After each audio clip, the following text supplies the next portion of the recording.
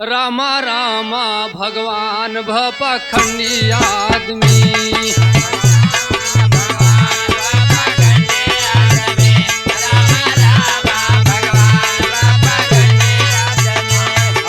घर घर लगा पूजावे ना हो, घर घर लगा पूजावे ना, घर घर लगा पूजावे दे लगा है ज्ञान, भगवान बना पाखंडी आदमी।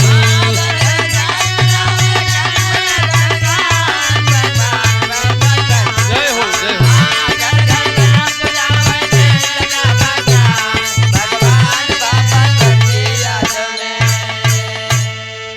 आज ये ढोंग विद्या के माध्यम से ना जाने कितने लोग अपनी जीविका चला रहे हैं, लेकिन बाबूजी इस जनता जनार्दन की आंखों में धूल झोंक करके आखिर कितने दिन तक ये राज करेंगे।